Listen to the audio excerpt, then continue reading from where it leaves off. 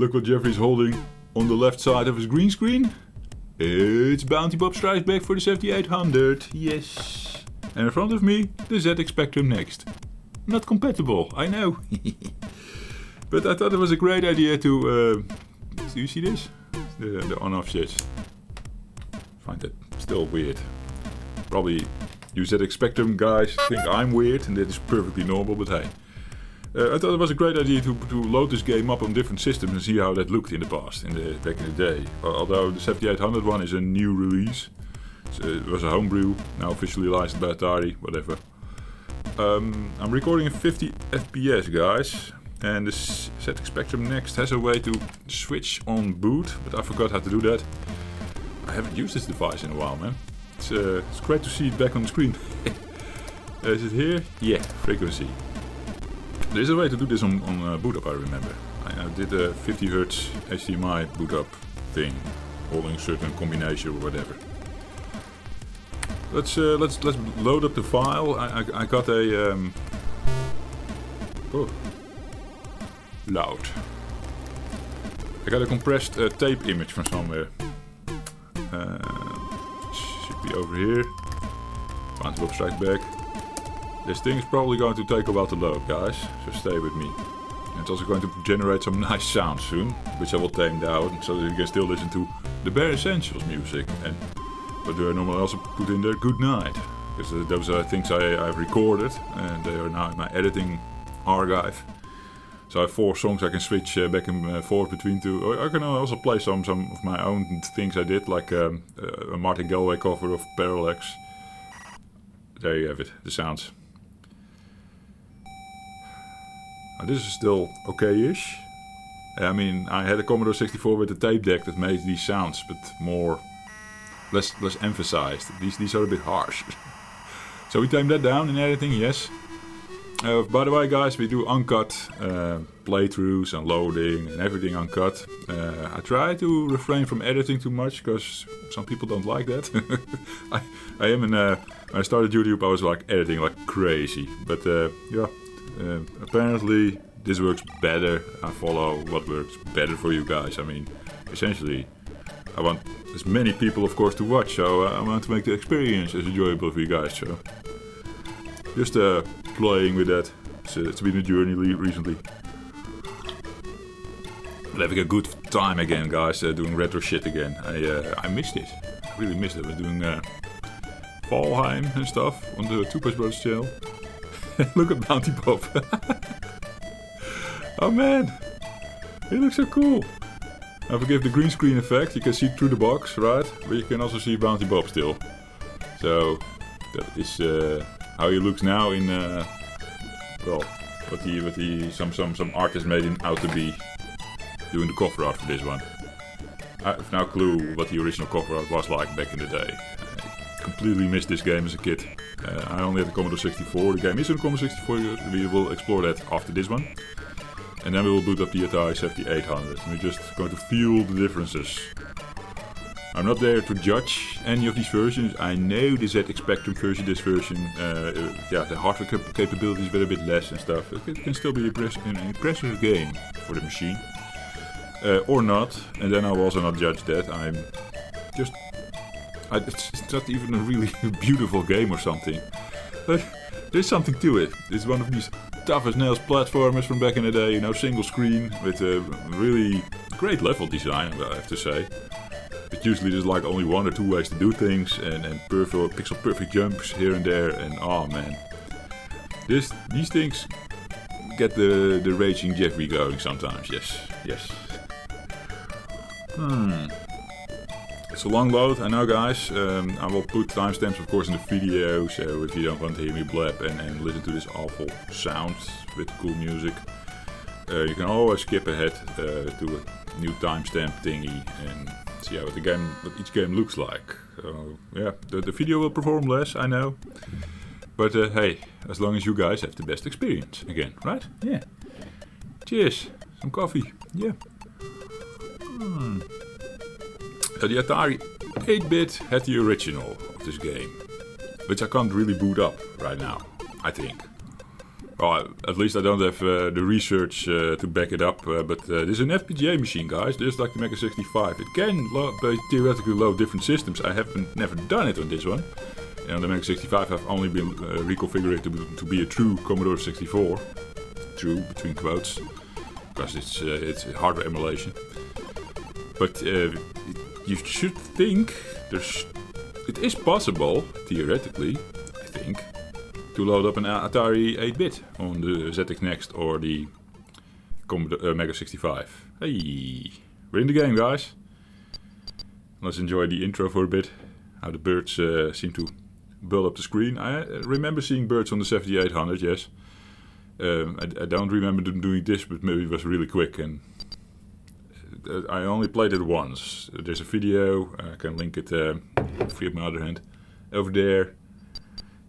It's unboxing of Bounty Bob for the 7800 and my first impressions, my first playthroughs, my first dyings. So this program is by Tim Miller. Don't remember seeing that name for... Yeah, Constant Bill Hoke, that's the original. Okay.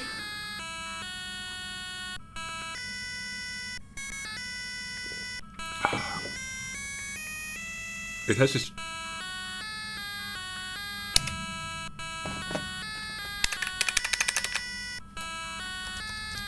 Do we need to wait for this? Come on, guys, what is this shit?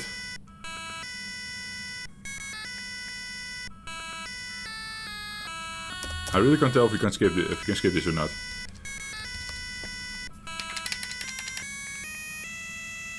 Are you done? Okay, demo. This is not me. This is the demo. This is how it looks. The BP sounds, it must have its charm for certain people. But oh, it is me.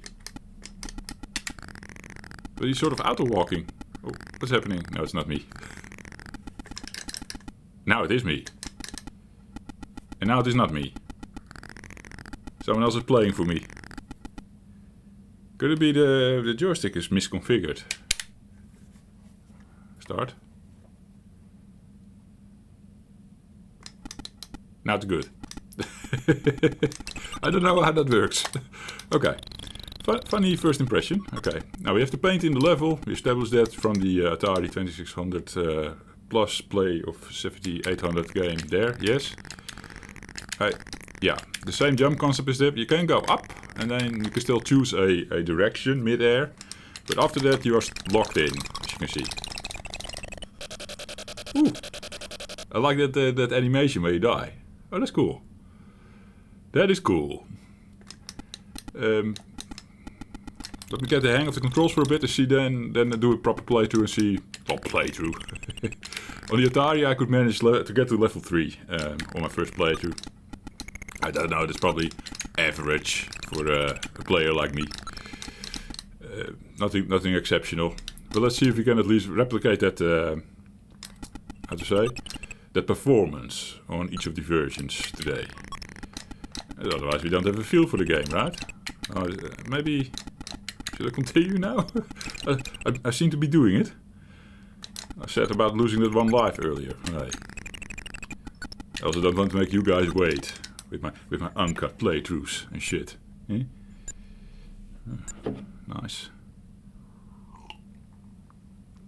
Time for coffee. Up. Oh, okay. Difference with the 7800, because I played that already.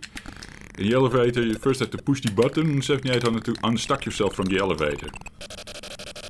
That is now no longer happening. So I need to get adjusted to that. It's now, button is jump, regardless. So you could unstuck with the Atari and then move around. But the ZX we do a little jump. I'm definitely going again. This was warm up, yes. I want to see if I can beat stage 2.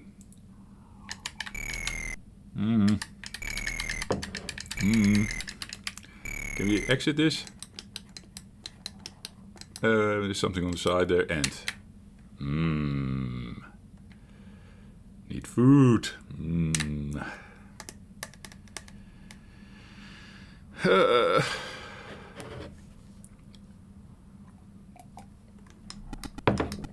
there's a bonus running down at the top. I think it's also like a timer. If you reach 0, you die. Now, I think some of you will be like, this is shit, Jeffrey. Why am I playing this? But I'm highly interested in the different quirks and capabilities of these systems from back in the day. I love it. For a ZX Spectrum game, this is fine, I guess. Right? Tell me in the comments who likes this. Who was a ZX Spectrum guy. Played this a lot as a kid. Good to hear from you guys, because I've been neglecting the ZX Spectrum for a while on the channel. I did it. I started up this channel first. Playing... I did ZX... What's happening? I didn't finish the level. There was a block still to do. I played Attic Attack on the ZX Next version, so... Not what you remember as kids. I was really hooked to that one. The elevator bit trips me up, guys. I have to get used to that. Because the Atari does it differently. I don't know which one I like better. I mean, I can be objective about that, right? But I have to think about it for a second. But I have to say with the Atari, I was expecting it to be like that. And then it tripped me up that I need to push the button once. So maybe this is a point for the ZX Spectrum in that regard. Yeah, for this version, I should say. So we pick up an item. The enemies turn. And become these lovely looking guys that you can run over. If you didn't touch an item for a while, they start flashing, and at some point they become angry looking. And I think they are like mutants or organisms that live in the mine. This is a mine that we're exploring as Bounty Bob. This is all stuff I got from the manual, I think. From the 7800 manual. You remember that, guys? Manuals? Jesus. Love it. Okay. I thought I'd clear up first all the enemies before we do any other funky shit. Nice! Nice one, Jeffrey. Okay. But now I have an item back there. Oh, I like it. Oh. Come on. I can't finish the level because I do stupid shit like that. God damn it.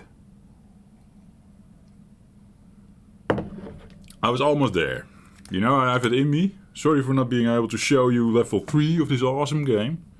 But I think it's time to move on to system number 2. Uncut.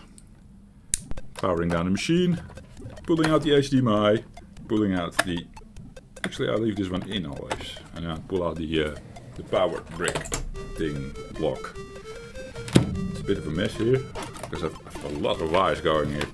For all these different systems and stuff. Ugh. Are we still recording now? Because I touched my mouse. Yes. Let's keep this here for the Atari soon. Yes. Okay. I've comfy pants, guys. Don't laugh.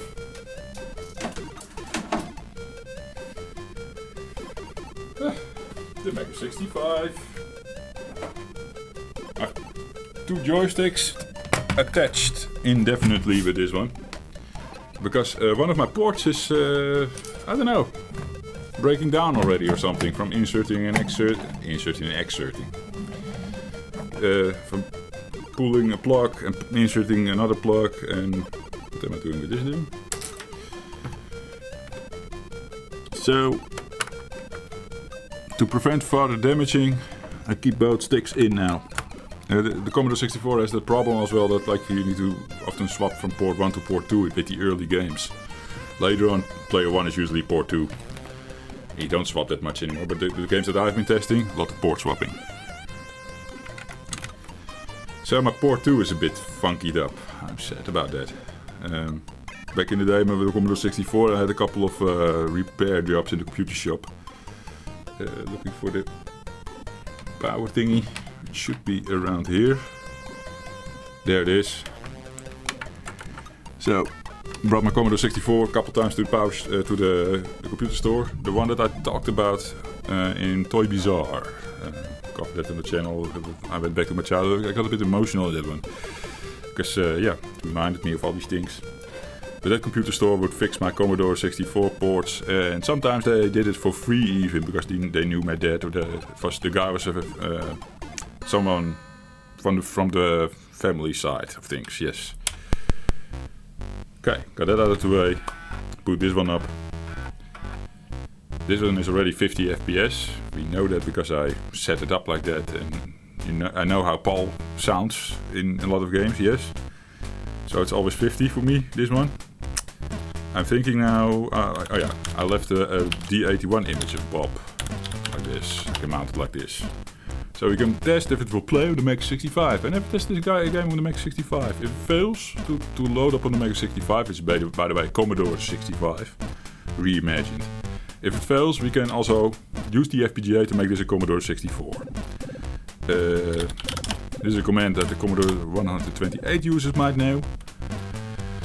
So we're now in the Mega 65 Go 64 Basic. We're now in the backwards compatibility for C64 from a wannabe Commodore 65 machine. You still with me? It's always a lot to explain. You hear this sounds, but it's coming from a virtual disk image that I mounted. We have two versions on here, let's try one.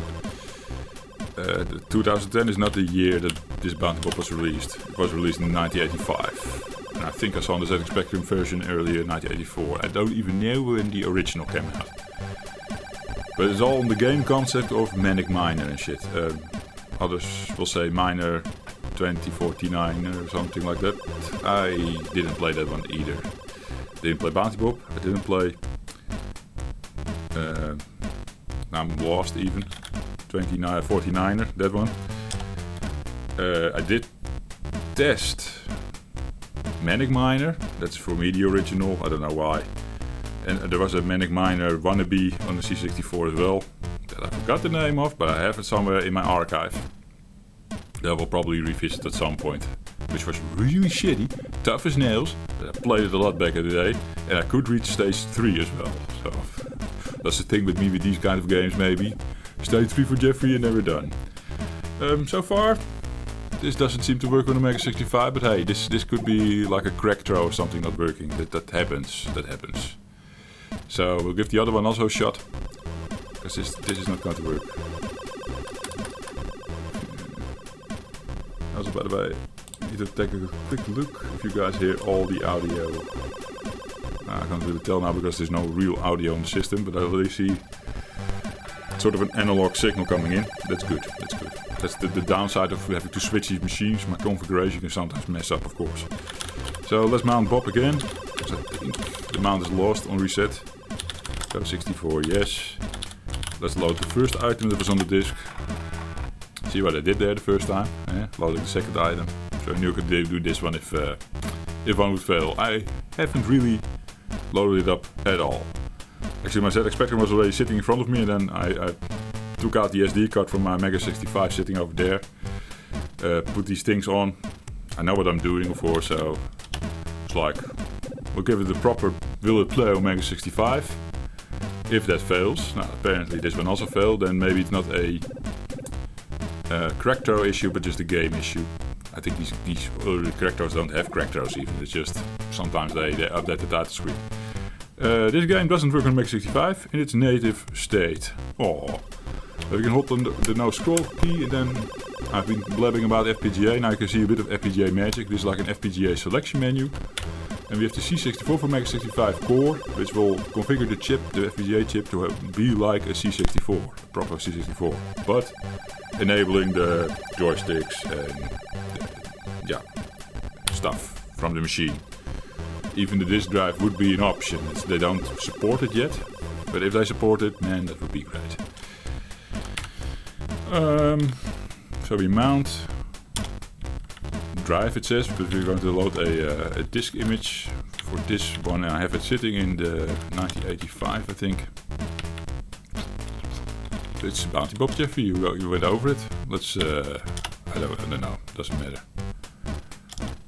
For some reason, yeah. I reminded myself that this one maybe doesn't have the title screen messed up. I saw screenshots of this earlier. So I always also try to look for those. Usually the remember cracks are fine. They do like a nice little manual in front of it. And then when you get into the game, it is as it is supposed to be, which is better than having the crackers having a go at the title screen or something. This original drive emulation speed, it was a bit of a big file. So now we're the same shit again as with Thingy.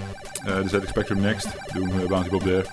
Loading it from tape was even worse. This will be faster. But the disk drive, the original disk drive for the Commodore 64 had a flaw in how it was done. It could have been faster, especially if you later had games that had a fast loader. They sort of reprogrammed the disk drive, because the disk drive is a computer in itself. Commodore floppy drives. And then a little program in the Commodore 64 so that they can communicate together in a faster way, moving the bits more efficiently from drive to CPU memory. So that was fun. I've played around with that one. I know how it works. I've done my own implementation of that at some point for this. I wanted to do a dungeon crawler, I remember.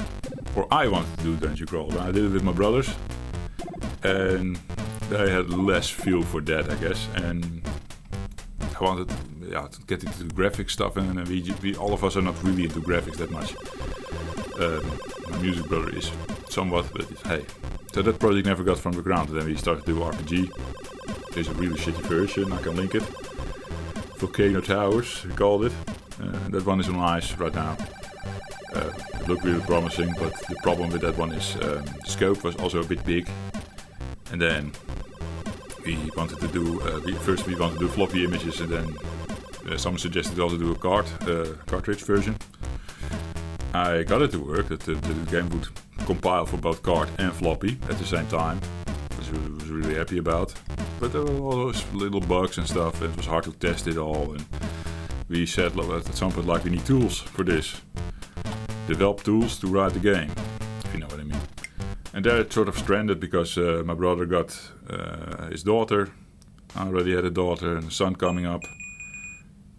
Again, the birds putting in the letters, yeah.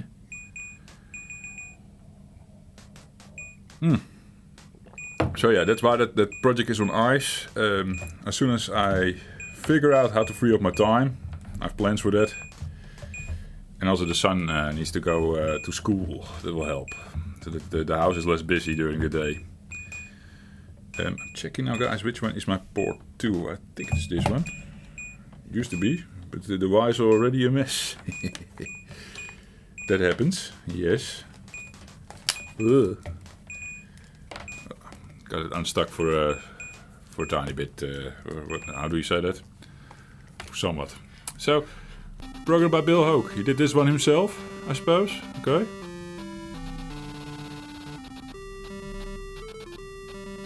For Commodore 64, not great music, but it has a nicer sound to it. So I said, what does it expect for virtual? Like, yeah, these BP things, it can have its own charm. I don't know how you guys feel about this one. A lot of people still feel annoyed as well with listening to this. For me, it's better.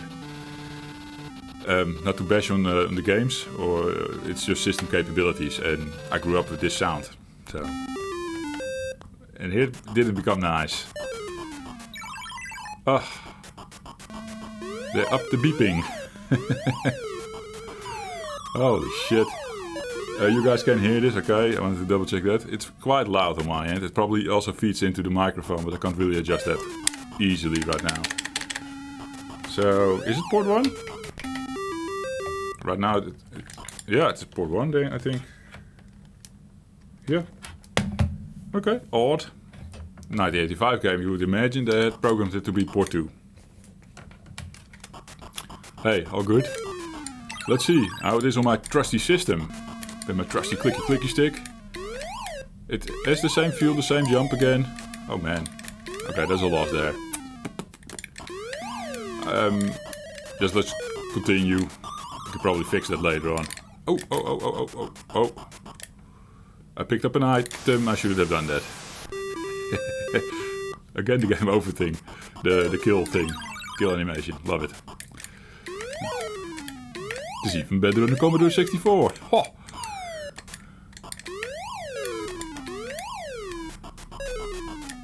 Oh, yeah. First clean up these guys. Because I picked up the item again. But I almost forgot to clean up this bit here. So let's paint that in. Don't make silly mistakes like that, Jeffrey. This is not needed, man. You can do this. You got this.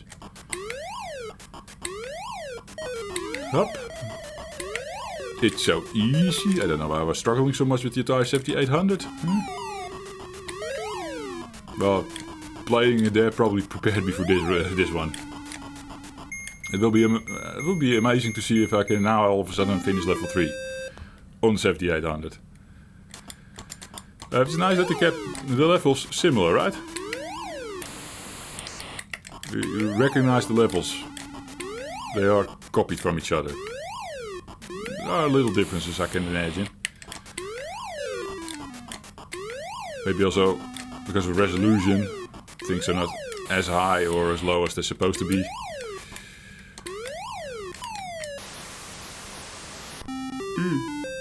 I was not doing that right anyhow.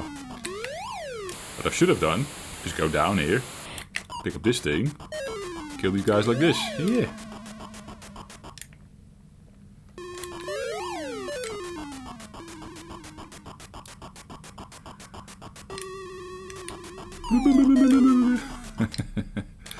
I didn't pay attention to it in this expected. Do they have it like that as well? It tripped me up in the 7800, that sound. It's a tiny bit different in this one compared to 7800. I have no preference for either one. It's both silly, I should say. Now I keep noticing it now. Stupid sound. Oh my god. Well, Jeffrey's done. Although technically I played the ZX Spectrum 2 times. Give myself another go at my favorite system, eh? Okay, this also looks pretty much the same. The Atari 7800 comes up with a menu first.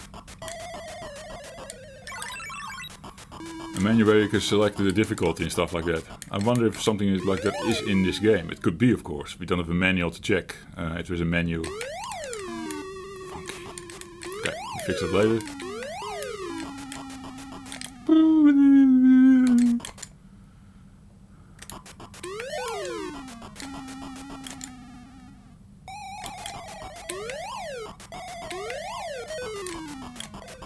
Up, up. All my lives left. Yes, we're not there. Jeffrey, you have to fix something still. Oh yeah, got it. Come back here. Up, up. This is bad. Now, oh man. Oh, with all my lives. Yeah. That didn't happen. No. Huh. Oh my fucking god. Oh my fucking god. Okay, that was for this playthrough. I'm annoyed now. Yes. Okay, that was the Commodore 64. What do you guys think? On the Commodore 64 core for Mega 65 because it doesn't play on the Mega 65 yet. Maybe we'll get there at some point. Now I need to disassemble this device like this again and bring over the machine to the side here with the joysticks in the port. That's how we do things. Oh, here's the mic. Hi. Although I say no cuts, I run out of coffee. I think it's time for me to have a coffee break before we go to the final thing, and hopefully I can do a better job playing it. See you in a bit. And she's back. Still recording 50 FPS because that's what we're going live at. But this machine is a 60 FPS machine. I know that. I believe there is not a lot of flickering and there is no scrolling. So I'm hoping we should be fine here. But yeah. Actually now I just realized I never took the time to set up my camera correctly. This doesn't fit, no. This takes a USB-C thing, so I unplug my Mario phone. There he is again, Mario. I have all these things, yes. It's amazing. I have the Nintendo sitting there, the Super Nintendo, Nintendo 64. I grew up with these things, guys, yeah. Need to have it all. Now this machine is not an FPGA machine, no. This is more an emulation device, software emulation device. It loads Stella, we know that. It doesn't say so anymore, but there was like a Stella version number in the bottom right now, but it now says 2600 plus, letting you know which system you're booting up, because hey, I'm stupid. Maybe I like thinking like I boot up the 7800 plus, who knows, eh?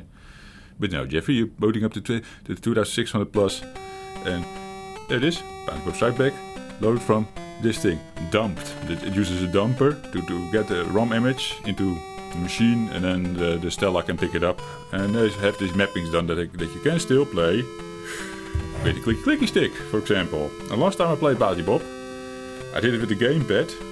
Maybe this is an advantage. Where do we put in the clicky stick again? Is it in the front? To the front, Jeff, I think. No, that was the ZX Spectrum. See, the support for these things is amazing. It's on the back here. Yeah, the dongle, of course, is in here for the pad. The pad is wireless. If you buy the 7800 plus, you get one pad, a wireless pad with it. And Bentley Bear Crystal Quest, yes. Right now, that's the bundle you're getting if you buy the 7800 plus. I didn't buy the 7800 plus. I got these things separate, like the pad, the game. Looking back, I sort of sad about the decision. I should have got the system as well, but hey, can still do that. Maybe there will be a bundle with, well, not a bundle, but just the system solely. Maybe you can pick it up for second hand even. I don't know. We'll see. Game select. Yeah, menu like this. This is a nice addition, right? So last time I learned this game is tough as nails. We cannot go for more than 4 men, 4 lives. Steerable, I keep that disabled. That's how the other versions play as well. If you enable, you can move in mid-air any direction you want. That feels more natural to nowadays players, of course. I know. What was our head color again? I think we set it at 32. Can we go flip it over FF? No. I think we established 32 was our color. 64 was purple. That was not me. It's red even. I'll live with that. Okay, we have of course practice from these other games now. It has a way different feel, this one. A bit more snappier, maybe, which is a good thing.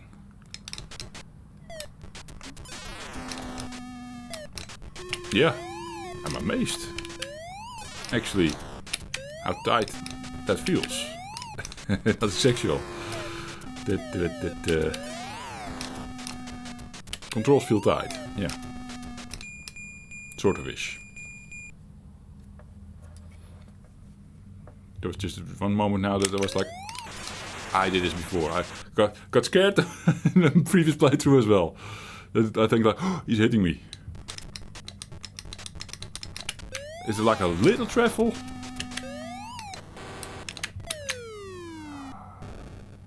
Now the elevator was already tripping me up, and now it's worse. I get confused between how these versions have. The Commodore 64 ZX Spectrum. If you click the button now, would jump. This guy then unstucks in the 7800. No. It is confusing as hell. I have a preference, and that is the ZX100. The ZX Spectrum and the Commodore 64 versions. I like it better if it is immediate. Now this has its advantages, I can assume. That's probably why it was done. Because you don't have to jump, so then you can first navigate your man a little to the left or right before doing your jump. I can see why that was decided upon by Bob de Crescenzo to do it like that. Or was it in the Atari 8-bit like that as well? I don't know. could be, of course. I'm totally sucking at this, I know, guys. It's again the same shit. Oh, fucking hell!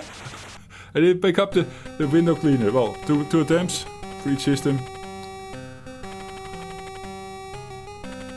Maybe I'm also not concentrating. Oh, it's fine. Otherwise the video would be a bit long. Yeah? If I all of a sudden start rushing through all the levels. All 25 or 35 even on this version, maybe. If anyone knows the exact right answer. Or some official piece of documentation or information, I don't know. There's like this notion of that this port added to 10 extra levels. And then there's also the claim that there's 25 levels, and then it's like, okay, is the original 50 levels and then 10 levels on top 25 levels now? Or was it 25 levels and now 10 levels on top and it's 35 levels? Probably someone who played through the game knows. Because I imagine people... What was I playing before and why do I still... Oh yeah, never mind. You said only 2 attempts per game? Yeah, I was blabbing too much. Okay, we're going to do it now. Bam. Why? This is a handy feature of the 7800, I have to say. Also nice how the colors swap, right? For the palette. It makes the game feel updated, as it is supposed to be, because this is probably the most powerful system of them all. Except the music. The Poké Chip. Sid Chip, of course, wins there. Like I said, I'm not going to bash any of these games. They're all fun on their own little platform and system capabilities and that kind of stuff. Shit. That shit, yes. Oh man. Come on, Jeffrey. I should reset. I want to bring my lives. I want to see level 3 at least once today. Oh, up, up.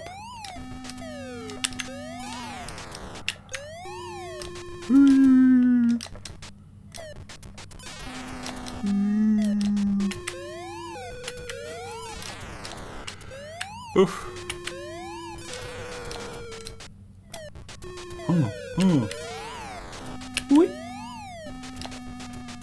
Okay. 4 men locked in. And potentially another man soon because of the bonus points. I said it at 10,000 if I'm not mistaken.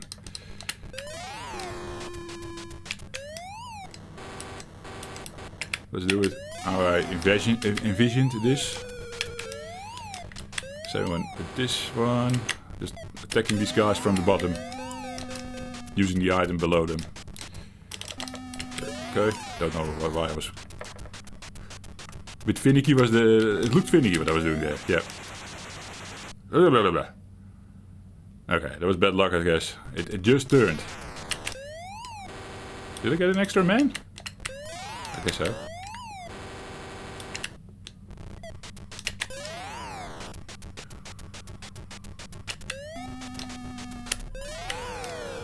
Okay, got that out of the way at least. What are these items actually? I'm looking at it and I'm seeing a monkey's head or something.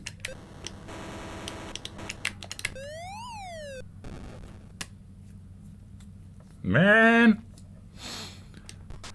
Keep picking up the items for Pika. For extra man. I think that's the smart play here.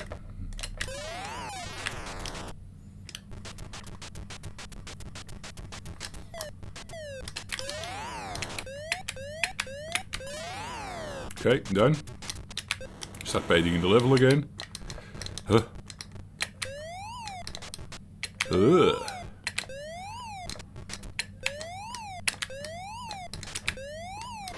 Someone said it in the comments. Forgot your name, man, but like you need to get a feel for this. Probably also related to the jumpings with the up and then changing direction. You need to get a sort of natural feel for that.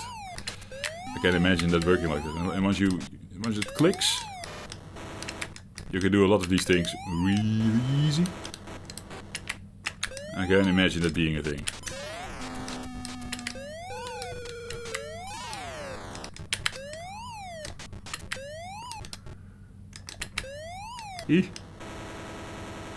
That looked a bit scary. Okay, doing it. Yeah! So pick up all the items again? This is actually playing with the lives. Maybe we should not do that. In this case. Although, the items in the bottom. That's safe, right? This is safe. Is this a monkey holding a thing? I don't know. Looks like it. What else do I make of this item? I don't know. Flour in the pot is easy. Kettle is easy. Pitchfork is easy. Yeah, what is that other thing over there? I don't know. You were not going to do all these items, Jeffrey. Just, oof, playing with your lives. Yeah, sorry. Okay. Just fall down. Okay. See, even that stuff is tripping me up now.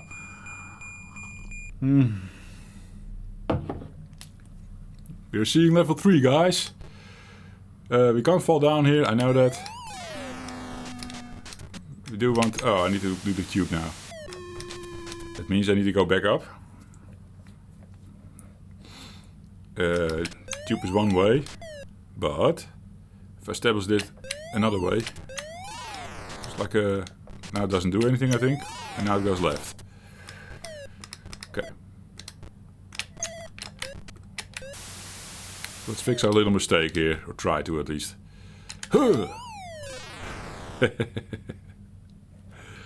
Really hard.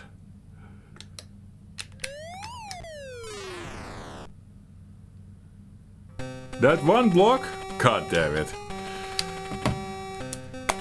Well, I've seen level 3, same performance as last time, although I did it in less lives this time, but also tuned down the game's difficulty a tiny bit.